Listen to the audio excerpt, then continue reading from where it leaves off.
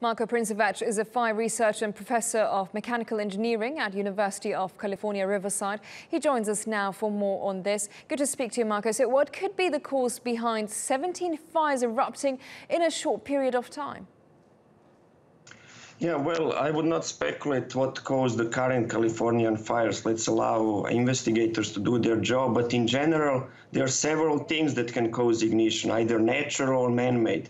So the major natural cause is lightning. And unfortunately, most of fires, let's say around 90% of fires are man-made in one way or another. So it can be runaway campfire, cigarettes, use of power equipment, maybe grinders, chainsaw, generators, welding.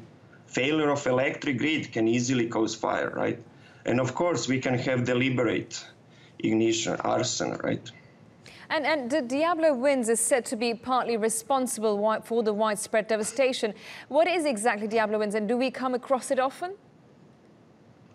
Yeah, I mean, they're very typical. They're either called Diablo winds in Northern California or Santa Ana in Southern California. And when you add strong winds with a hilly terrain, dry fuels, hot weather, dry weather, you have perfect condition for a fire spread, and very difficult condition to fight these fires. As you can see on your images, I mean, terrain is not really friendly for firefighters. And how can we control it, fight the fire more effectively in such outbreaks? Well, I mean, when we talk about controlling fires, right, we should understand that fire is a natural phenomenon, right? It is part of ecosystem. We will always have fire. So what we need is to better understand fire behavior, and that will allow us to predict how fire will spread. And once when we have models that can predict a fire spread, we will be able to advise firefighter on how to best deploy available resources.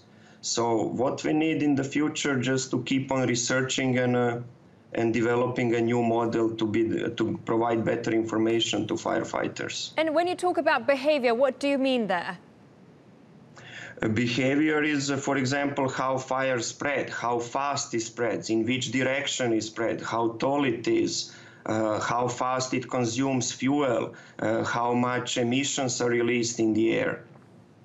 And could this be more effective if we knew the behavior of the fire to control it?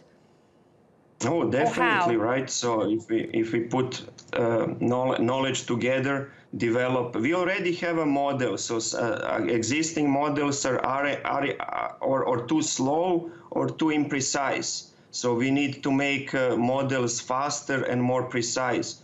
So to help us tell where fire will be 1 hour from now, 30 minutes from now, next day. Well, thank you very much for that insight there, Marko.